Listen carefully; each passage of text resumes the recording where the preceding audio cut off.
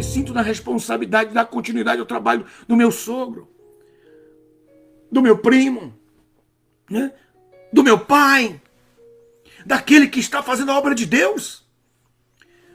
Agora, voltando ao lado empresarial, porque eu nunca deixo de tratar esse assunto também, e do lado familiar, de dentro da casa, que são 3 coisas importantes, que é o púlpito, a mesa da cozinha, está me ouvindo? E o escritório de uma empresa. Esses são 3 lugares que Deus se preocupa. Você pode dizer assim, não, mas está tudo bem. Eu estou pecando, mas está indo tudo bem. E o que diz a Bíblia no livro de Provérbios, capítulo 22, versículo 14, que diz assim, cova profunda é a boca da mulher estranha, aquele contra quem o Senhor se irá, cairá nela. Eu sempre digo para os meus colegas, nenhum homem cai em adultério, nenhum homem cai ao se repúdio público, porque é mulher, ou porque você é homem. Não, é porque Deus sabe que é a única forma de você sair do carro que você está tomando. Então o que Deus vê? Porque a cultura, o hábito, o costume, a cultura e a sociedade, porque o hábito, ele é o núcleo do costume é o núcleo da cultura, e a cultura é o núcleo da sociedade. E se você não mudar o seu hábito, não muda o costume. Se não mudar o costume, não muda a sua cultura. E o que a Bíblia fala? Ela está indo lá no seu hábito, para mexer esse hábito, transformar esse hábito, para que você diga, não farei mais isso. Não agirei mais dessa forma. Vai mudar a sua cultura. Aonde? Na sua congregação. Porque os irmãos da sua igreja estão vendo a sua cultura. A cultura da sua conduta. Os irmãos da igreja sabem, tudo está patente, eles estão vendo. Por que eles estão vendo, mesmo que você não diga? Eles estão vendo. Por que eles estão vendo? Porque eles têm o Espírito de Deus. O Espírito de Deus está derramado na igreja. Ah, mas eles estão inventando. Não, ninguém inventa. Só aumenta. Porque eles estão vendo isso. Isso é importantíssimo. Então ele diz aqui que José trazia seu pai. Eu vi um pregador há poucos dias atrás, missionário Helena, eu vi um missionário falando aí outro dia, ele estava dizendo assim, José era fofoqueiro, larga de ser fofoqueiro, você é fofoqueiro, e ele usou esse texto aqui, mandou todo mundo sentar e falou que José passou tudo que ele passou porque ele era fofoqueiro. É isso que eu digo dos pastores que se autodenominam pastores e desses falsos obreiros que querem colocar uma tochinha na capa do seu vídeo para mostrar que é respeitado. Não é isso que vai fazer você respeitado, não. Ser convidado para lá, para cá e para ali, ou pagar para pregar, ou se oferecer para pregar. Nem isso que vai fazer você ter sucesso na sua vida, não, meu irmão. O que vai fazer você ter sucesso no seu ministério é a sua conduta. Conduta. Isto é, o testemunho que você vive dentro da sua casa, dentro do seu quarto, e que você mostra publicamente. Porque Satanás não vai respeitar o poder que você mostra, porque ele sabe que o poder que você mostra não é teu, é de Deus. Então, ele não vai respeitar isso em você, quando a sua conduta não equipara a esse poder que você mostra. Porque essa conduta é a sua autoridade. A sua autoridade, ela é criada, ela é formada pela vida e pelos seus atos que você mostra para você mesmo sozinho dentro do seu quarto e quando você está sozinho.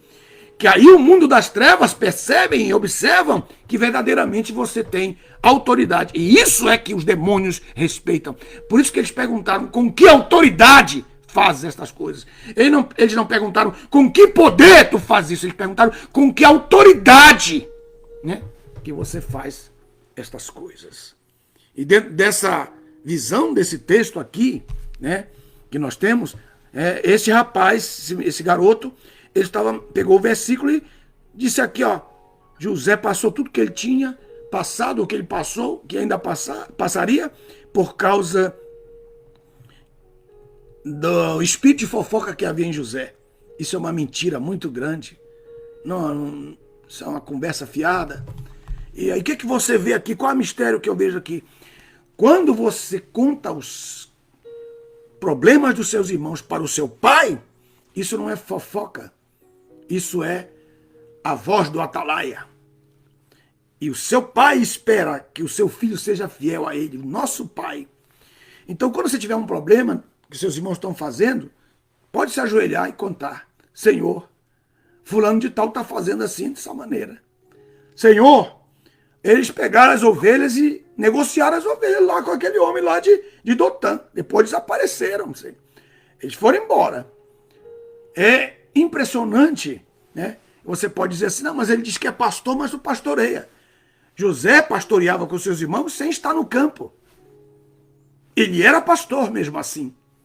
Por quê? Porque ele era o bispo dos seus irmãos. Ele era o bispo. E o que é bispo? A palavra bispo, ela vem do latim, que quer dizer, vem da frase primus inter pares. Primus inter pares. Quer dizer, o primeiro entre os iguais. O primeiro entre os iguais. José era o primeiro entre os iguais. Embora ele não estivesse no campo, como a Bíblia diz que ele não está no campo, ele está com o pai, na administração com o pai, ele está entre o campo e a administração. Então ele vai até os seus irmãos. E diz o texto que ele pastoreava com os seus irmãos. Que os seus irmãos pastoreavam com ele. E qual era a conduta desses pastores? Versículo 3.